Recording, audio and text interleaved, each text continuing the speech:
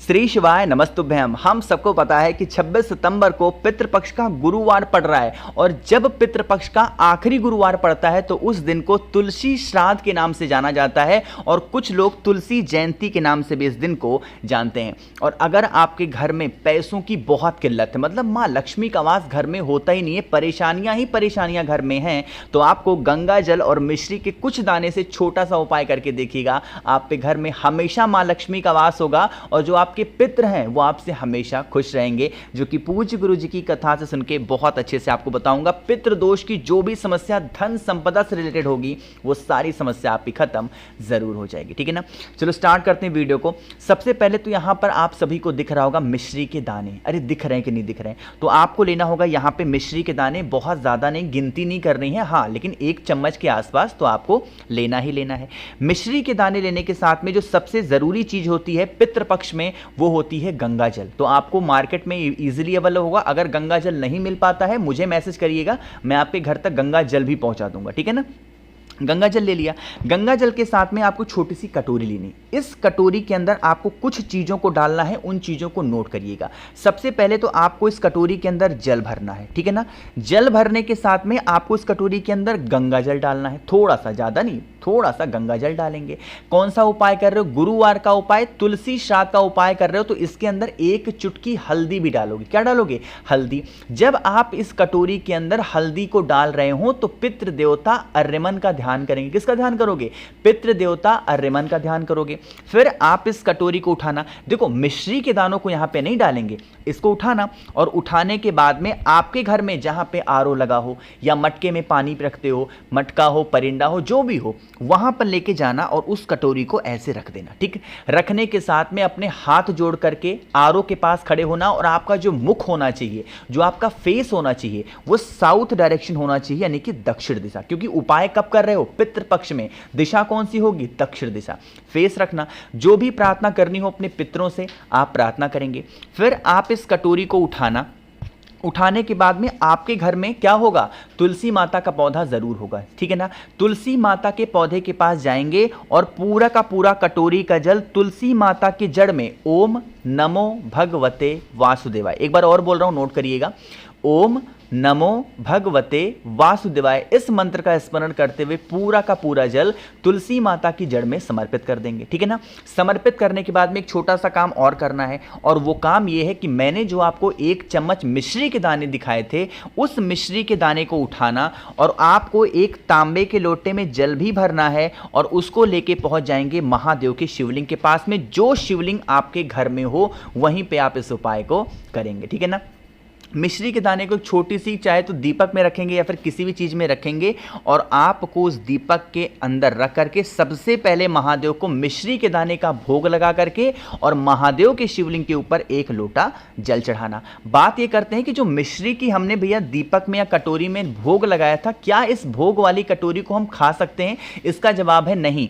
आप इस मिश्री के दाने को घर के बाहर रखेंगे, कुत्ते के लिए दे सकते हो, आप कौवे के लिए दे सकते हो, या फिर इसी मिश्री के दाने को आप गौ माता को खिला सकते हो रोटी के साथ में। यकीन मानिए पितृ दोष की जो समस्या होगी वो सारी समस्या आपकी खत्म हो सकती है। बस इस उपाय को नियम के साथ में तुलसी श्राद्ध के दिन आपको करना चाहिए। ठीक है ना, करके देखिएगा, भूलिएगा नहीं कोई लोग। हमने यहां पे पहले उपाय की बात कर ली है 26 सितंबर की।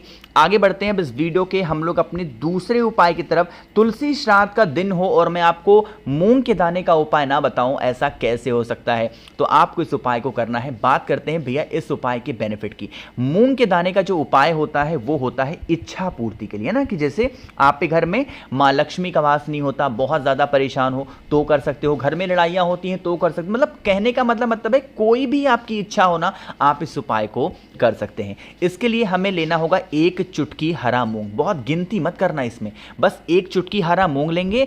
साथ ही साथ 1 तांबे का लोटा भी लीजिएगा, उसके अंदर जल भरिएगा। जल के अंदर क्या डालना है? आपको एक चुटकी काला तिल डालेंगे, साथ ही साथ इस जल के अंदर गंगा जल डालेंगे। इतना सब कुछ करने के बाद में आपको लेना होगा बेल पत्र का एक पत्ता, ज्यादा नहीं, सिर्फ एक पत्ता लोगे बेल पत्र का, और उसको लेकर के जो आपके पास में तांबे के लोटे में जल है उस जल में हल्का सा उस पत्ते को डुबाएंगे और उसी पत्ते के बड़े पत्ते के ऊपर, बेल पत्र के बड़े पत्ते के ऊपर उस मूंग के दाने को रख करके महादेव के शिवलिंग के ऊपर ले जा करके आपको मूंग के दाने के साथ में बेल पत्र को समर्पित करना है। जब बेल पत्र को समर्पित कर रहे हो मूंग के दाने के साथ में, वहीं पे आपको अपनी मनोकामना, आपको अपने विशेष, आपको अपनी इच्छाएं जो कुछ भी हैं वो आपको महादेव से कह देनी है। उसके बाद में जो आपके पास में एक तांबे के लोटे में जल है वो पूरा का पूरा जल इसी बेल पत्र के ऊपर अपने पितरों का स्मरण करके, ध्यान करके अगर आप समर्पित करते हैं तो आपको कभी पितृ दोष नहीं लग सकता और आपकी बरसों पुरानी जो भी मनोकामना होगी, जो भी आपकी इच्छाएं होंगी, वो सारी इच्छा आपकी पूरी जरूर हो जाएगी। ठीक है ना।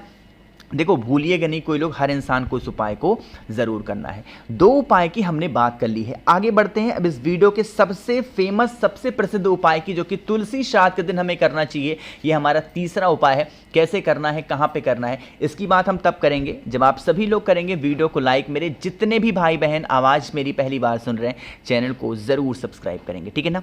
देखो समझने की कोशिश करिएगा, जो उपाय मैं बताने जा रहा हूं यह उपाय है आप किसी को कंट्रोल कर सकते हो। मतलब क्या है कि जैसे चाहे आपके हस्बैंड हो, चाहे आपके बच्चे हों, चाहे आपकी वाइफ हो, वो सही दिशा से गलत दिशा की तरफ चले गए हैं, है ना, मतलब संगति उनकी खराब हो गई है, तो इस उपाय को करना है।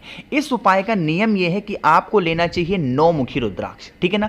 आप कहोगे भैया हमें तो 9 मुखी रुद्राक्ष हमारे घर में नहीं है, हम क्या करें। अगर 9 मुखी रुद्राक्ष नहीं है तो आपके घर में जितने भी, कितने भी मुखी का रुद्राक्ष है, 2 4 5 6 जो भी रुद्राक्ष है, उस रुद्राक्ष को ले लो। लेकिन नियम क्या कहता है कि 9 मुखी रुद्राक्ष लेना चाहिए। तो अगर मिल जाता है 9 मुखी तो बहुत अच्छी बात है, नहीं मिलता है तो कोई भी एक रुद्राक्ष ले लेना। ठीक है ना। लेने के बाद में आपको लेना होगा एक चुटकी काला तिल। ध्यान रखिएगा काले तिल को पीसना, सॉरी काली मिर्च यहां पे दिख रही है, काली मिर्च आपको लेनी है एक चुटकी, और इसको अच्छे से पीस लेना, इसका पाउडर बनाना। और पाउडर बना करके एक तांबे का लोटा लीजिएगा, उसके अंदर जल भरिएगा और इसी के अंदर एक चुटकी काली मिर्च जो पीसा है उसको डालेंगे, और जितने भी मुखी रुद्राक्ष आपके पास में है उस रुद्राक्ष को इसी कलश के अंदर डाल देना। ठीक है ना। उस कलश का जो रुद्राक्ष होगा 30 मिनट तक, यानी कि आधे घंटे तक वैसा का वैसा पड़ा रहने दो। एक छोटी सी बात आपको बता दूं कि अगर आपके पास में कोई रुद्राक्ष नहीं है, जितने भी मुखी रुद्राक्ष आपको चाहिए, बहुत ही कम प्राइस में, सिर्फ डिलीवरी चार्ज आपसे लूंगा 9005643345, ये मेरा व्हाट्सएप नंबर है, मैसेज करिएगा। बहुत ही कम प्राइस में आपके घर तक कितने भी मुखी रुद्राक्ष आपको चाहिए मैं आपके घर पे पहुंचाऊंगा। ठीक है ना।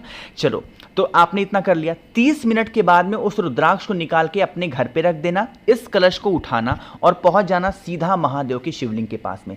जो व्यक्ति आप पे घर में गलत दिशा में चला गया है, हस्बैंड हो, वाइफ हो, बच्चे हो, कोई भी हो, आपको पूरा का पूरा जल महादेव के शिवलिंग के ऊपर श्रम्भेश्वर महादेव, फिर से बोल रहा हूं कौन से महादेव, श्रम्भेश्वर महादेव के नाम से अगर यह जल आप समर्पित कर देते हैं, आपके घर में कभी भी कोई तकलीफें नहीं आ पाएंगी। अब मान लेते हैं इस उपाय को आप नवमी को यानी तुलसी श्राद्ध के दिन नहीं कर पा रहे हो, किसी भी दिन कर सकते हो, किसी को भी अपने कंट्रोल में करने के लिए। यानी कि कंट्रोल में करने का मतलब नहीं किसी को तुम गलत चीज़ों के लिए भी डांटो, ऐसे करो, नहीं, आप मतलब किसी को वापस ला सकते हो गलत दिशा से। ठीक।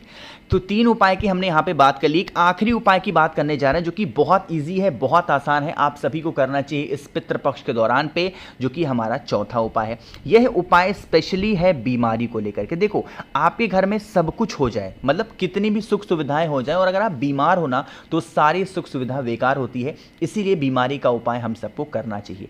इसके लिए आपको एक सफेद पुष्प लेना होगा, कोई भी एक सफेद पुष्प घर के आसपास आपके मिल जाए, उस एक सफेद फूल को लेना, साथ ही साथ एक छोटी सी कटोरी ले लो। इस कटोरी के अंदर सिर्फ और सिर्फ आपको गंगा जल डालना है और कुछ भी नहीं डालेंगे। ठीक है ना।